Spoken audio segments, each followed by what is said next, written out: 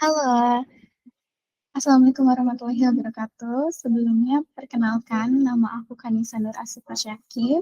Di sini aku sebagai mentor dalam pembahasan soal UAS manajemen biaya untuk kali ini.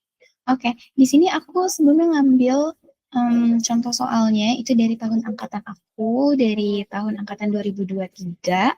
Dosennya dari Ibu Dewi. Jadi kalau misalkan kalian dosennya sama, mungkin referensi soalnya juga akan sama ya untuk UAS nanti. Oke, kita lanjut aja langsung ke pembahasan soalnya. Oke, di sini ada dua soal yang aku ambil. FYI, Bu Dewi itu kalau misalkan ngasih soal, suka banyak, 1 sampai 8 soalan gitu. Cuman kalau untuk pembahasan soal yang hitung-hitungan itu cuma ada 2 soal biasanya. Jadi sisanya adalah soal-soal teori yang jawabannya udah ada template di PPT Ibu.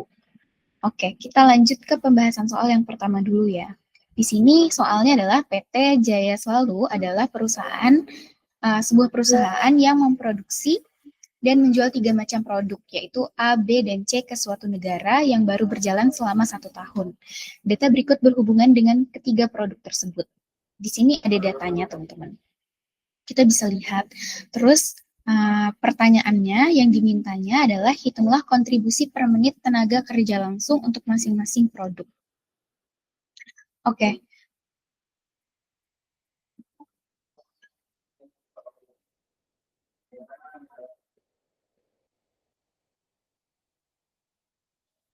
oke. Kita lanjut ke jawaban, ke bahasan yang pertama dulu. Hitunglah kontribusi per menit tenaga langsung untuk masing-masing produk. Datanya tadi kan udah ada di soal, teman-teman. Kita tulis dulu nih, di berapa, terus ke rumus cari kontribusi per unit. Rumusnya itu dari harga jual per unit yang ini dikurangi biaya bahan baku per unit yang ini. Kita ambil contoh yang produk A dulu nih. Yang produk A, harga jual per unitnya adalah 3.800 dikurangi 2.000. Nah, ini diambil dari harga jual per unit dan biaya bahan baku per unit. Ini teman-teman. Hasilnya yang ini adalah kontribusi per unit. Nah, yang ini. Yang produk B dan C juga sama kayak gitu, Terus abis kita cari kontribusi per unitnya, kita cari kontribusi per menitnya. Karena kan dia minta juga di sini kan. Hitunglah kontribusi per menit tenaga kerja langsung. Jadi setelah kita cari per unitnya berapa, kita cari kontribusi per unitnya, per menitnya.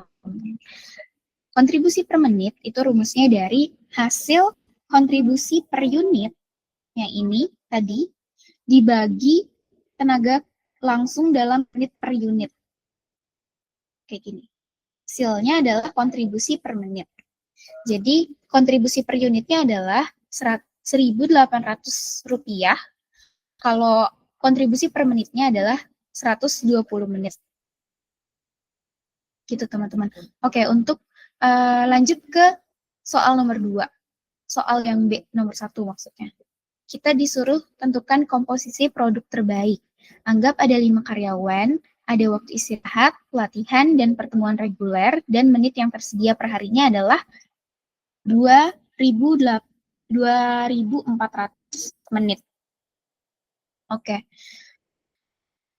Untuk rumusnya, yang B itu, kita lihat dulu nih.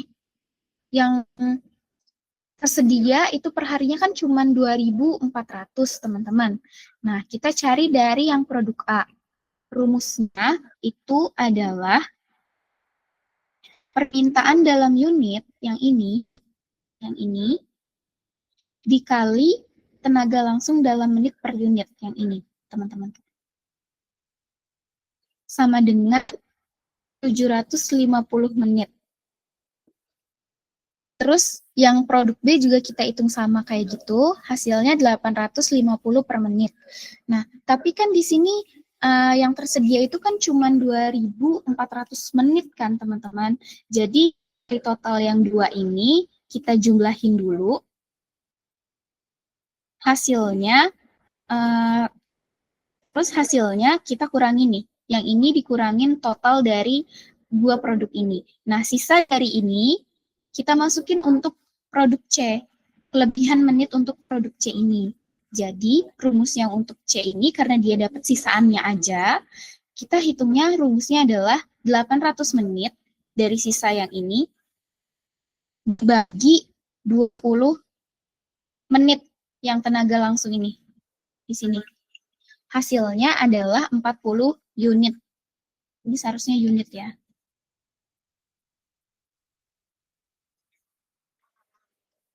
Aduh, gimana nih? Ini hasilnya unit, teman-teman. Harusnya.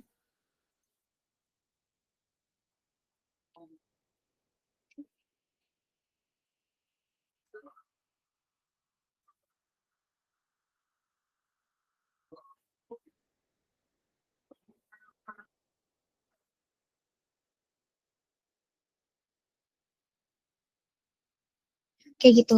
Jadi, kesimpulannya adalah dari analisis tersebut, dari 2.400 menit yang tersedia per harinya, itu kita bisa mendistribusikan 50 unit dari produk A, 50 unit dari produk B, 40 unit sisanya untuk produk C. Ini adalah analisis hasil keputusan komposisi produk yang paling efektif untuk dilakukan per harinya. Kayak gitu. Kita lanjut ke soal nomor 2. Di soal nomor 2, itu dia San Marisa merupakan terkemuka di suatu kota, mencoba untuk menelusuri waktu yang berhubungan dengan order dan produksinya. Selama 5 bulan tahun 2023, rata-rata waktu untuk unit atau order seperti berikut. Ini datanya. Di sini kita diminta untuk cari throughput time dan juga manufacturing cycle, waktu produksi, sama siklus waktu pengiriman. Oke, kita bahas satu-satu. Dari throughput time atau velocitas produksi. Datanya kita masukin dulu ke sini. Terus yang A, throughput time, itu rumusnya adalah waktu pemrosesan ditambah waktu inspeksi, ditambah more time, ditambah quick time. Yang ini. Sini. 4 ini. Ini dijumlahin, kecuali yang waktu tunggu. Hasilnya itu sama dengan velocitas produksi atau throughput time. Terus yang nomor 2, yang B. Manufacturing cycle. Oke, manufacturing cycle itu kita cari waktu yang paling efektif produksi barang. Jadi berapa lama efektif saat kita memproduksi barang dari awal bahan baku sampai barang jadi. Namanya manufacturing cycle. Rumusnya itu MCE sama dengan waktu bernilai tambah dibagi throughput time. Oke, di sini waktu bernilai tambah itu kita ambil dari waktu pemrosesan teman-teman yang ini. Kenapa kita ambil waktu pemrosesan? Karena waktu pemrosesan itu adalah waktu yang bernilai tambah. Contohnya kalau misalkan kita memproduksi satu barang, bahan baku, masih dalam bahan baku, itu kita butuh proses 2 menit. Terus saat kita mengolahnya lagi menjadi bahan setengah jadi, itu waktunya ternyata butuh 10 menit. Kan jadi dari 2 menit tambah 10 menit, 12 menit kan. Terus belum lagi kita memproduksinya jadi bahan yang jadi, bahkan butuh 5 menit, jadi 17 menit. Nah, kan waktu itu terus bertambah. Jadi nilainya adalah waktu nilai bertambah, teman-teman. Karena dia terus nambah dengan kebutuhan untuk kita memproduksi barang tersebut gitu. Makanya di sini waktu bernilai tambah itu diambil dari waktu pemrosesan. Dibagi throughput time yang tadi ini, hasil yang A. Sama dengan 14 bagi 28 sama dengan 6,5. Oke.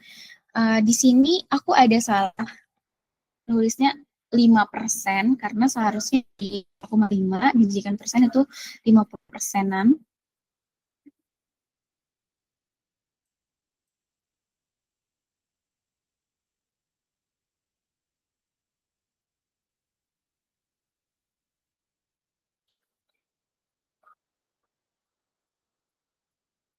Seharusnya ini 50% dari yang tersedia. Waktu yang tersedia apa namanya? 100%. Jadi dari full waktu 100% itu kita cuman bisa mengambil waktu bernilai tambahnya, gitu teman-teman. Jadi 50% lagi adalah waktu bernilai tidak tambah, karena 50%-nya itu waktu bernilai tambah. Terus yang ini masuk, hasil dari sini itu masuk ke yang C. Sebentar, apa itu ya?